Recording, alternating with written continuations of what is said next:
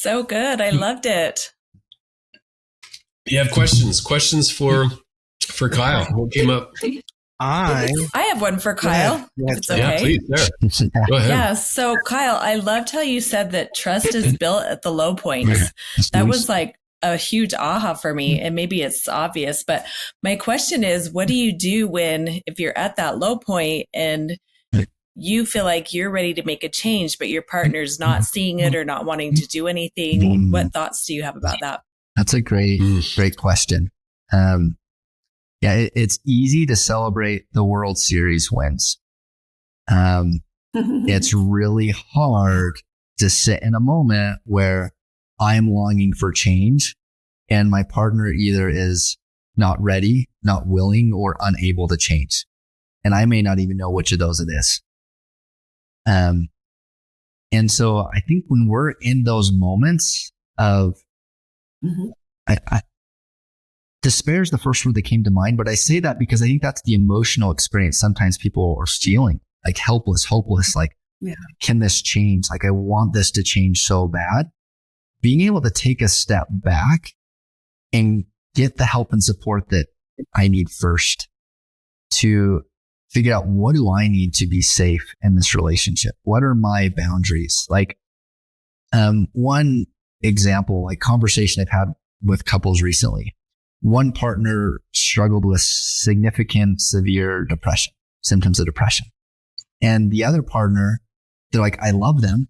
I want to be in a relationship with them. I can't just leave them because they're depressed. Like, what do I do? Kind of like, what do I do? I have no idea what to do.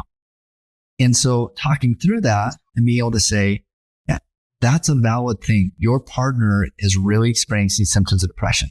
Like, they're not faking that. They don't hate you. They love you. And you still have needs in this marriage, in this relationship. It is appropriate and okay to communicate what those needs are to your partner. Like, it's okay for you to be really struggling. I'm not okay with being yelled at in this relationship. I won't be able to tolerate that. And if you keep yelling at me, like, I'm going to be sleeping in the other room, or I'm going to need to take some space away from this. Or it's 100% appropriate, and being able to sit and validate their partner's experience and be able to say, like, and never being able to have sex again in a relationship, that's not an option for me. I really want to be connected with you and I love you and I want to respect what's going on for you. So I'm going to need to know that you're working on this. And if you can't, that's going to put me in an awkward position. Let me know what that support may look like for me and what you may need, because I want to be there for you and support you and help. So it's being able to communicate, what are my boundaries? What are my expectations? While still communicating the support. And I would say this is different too. Like, if we're talking about a partner struggling with significant depression or maybe burnout in a career, or, they're struggling with feeling like they're good enough, or sexual struggles, versus like, my partner is abusive emotionally or physically. That is a completely different scenario that I see people get pulled into sometimes too, of like, oh, they're just not willing to change. I think the other side of it, like, you have to accept the reality of like, I'm in a relationship with my partner as they are right now, not with the idea of them, not with the hope of what could be in the future. And so some of that may be like being honest with myself of like, this isn't okay. This isn't safe. And I need to leave. Like, divorce and breaking up is an option. What's best for me or for my family. And so I think those are very different things. So depending on that scenario, like, I'd answer that question very differently of like, what's actually happening within the relationship. Sense. Wow. I really liked how you were talking about earlier with self-trust and just learning to trust yourself.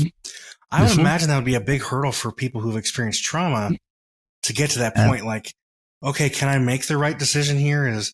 Can I trust myself? How do you help people get there? Yeah.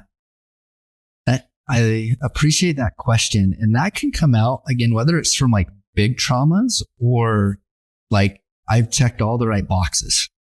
Like, I did all the right things spiritually or professionally and relationship wise. I did all the things that Simon said to get to where I was at. and now I feel hollow and empty and I was sold a lie. Like now what? Right? Or like personal trauma I've had in my past or within a marriage of like my partner's had 3 affairs or, whatever that trauma is. So learning to trust yourself comes back to learning, how do I keep myself safe? I can keep myself safe. I can set the boundaries that I need to and make the choices to create that safety for me. And I can do the work that I need to do to see what does it look like to feel what I need to feel, to experience what I need to experience. Because the one part about trauma is trauma, it's not going to turn into like a pile of poop is not going to turn into a bed of roses. It just won't, right? Like, it's not like, I am so grateful all these things happened to me in my life and now I'm so much better and our marriage is amazing because these terrible things happened. Like, you can be grateful for where you're at now without having to lie to yourself about what you've been through. Trauma is never worth it for someone or for a relationship. Never. And when the trauma, the way it affects us, it doesn't just go away. Like when people think like, oh, I've done the trauma work, it's not because the trauma just disappeared and I never triggered again in my life. Like that size of that trauma is still there. It's because I've grown as a person. I've felt what I need to feel. I've understood boundaries in a new way. I've understood my emotions and my body in a way and know how to respond to that differently and grown as a person. So this trauma isn't all consuming anymore. Like now it's here. I can still see it and experience it and I know it's there, but I begin to make those decisions and choices for me. And how to help someone do that, going back to your question, sometimes that can start with like, I'm going to choose to order something different at a restaurant that I go to instead of ordering the same thing every single time. And Guilty. If I hate what I ordered, I can sit in the disappointment of that and be okay with it. I'm not an idiot. I didn't make the worst decision ever. Like I just made a choice and I didn't like that choice. And it's okay for me to feel. I like what I know and know what I like. No, that's a really good point. And as you're talking about this, what the word that came to my mind was learning to grieve. Yeah. Because for me, I experienced some trauma in life, and I remember having to learn to grieve and say, "Oh, that was not a good thing. That was a bad thing, and that was sad, and I didn't deserve that." And that was like a really big step for me, is learning to grieve the trauma rather than like dismiss it or just live with it. So yeah, this is incredible, Kyle.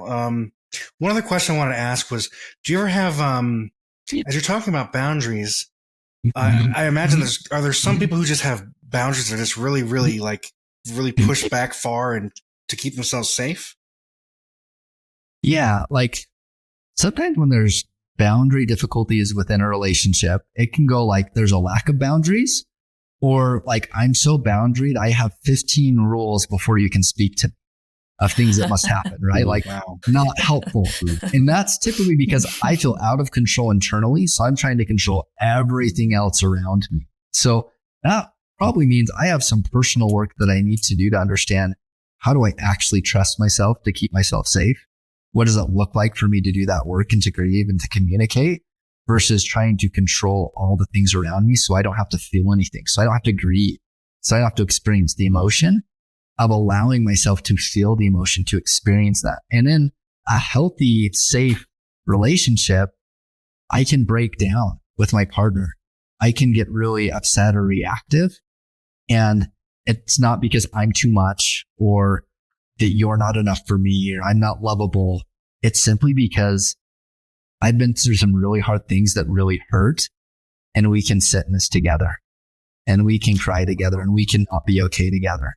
And that sometimes may be the most healing things. Wow. That's good. That reminds me of something I heard the great comedian John Cleese say, is that when people can't control themselves or their emotions, they try to control other people. And that's kind of sounding like what you're describing there too. Is you have to do 15 other things before you can even talk to me. That's crazy. Wow. Yeah. Yeah. Interesting to hear. And one thing I'd say to that too is like when couples say like we have communication problems, 96.4% of the time that I just made that statistic up on the spot, right? Is there's also an emotional regulation problem that's there. Like I'm not recognizing my emotions. I'm not responding to them. I don't know how to regulate them.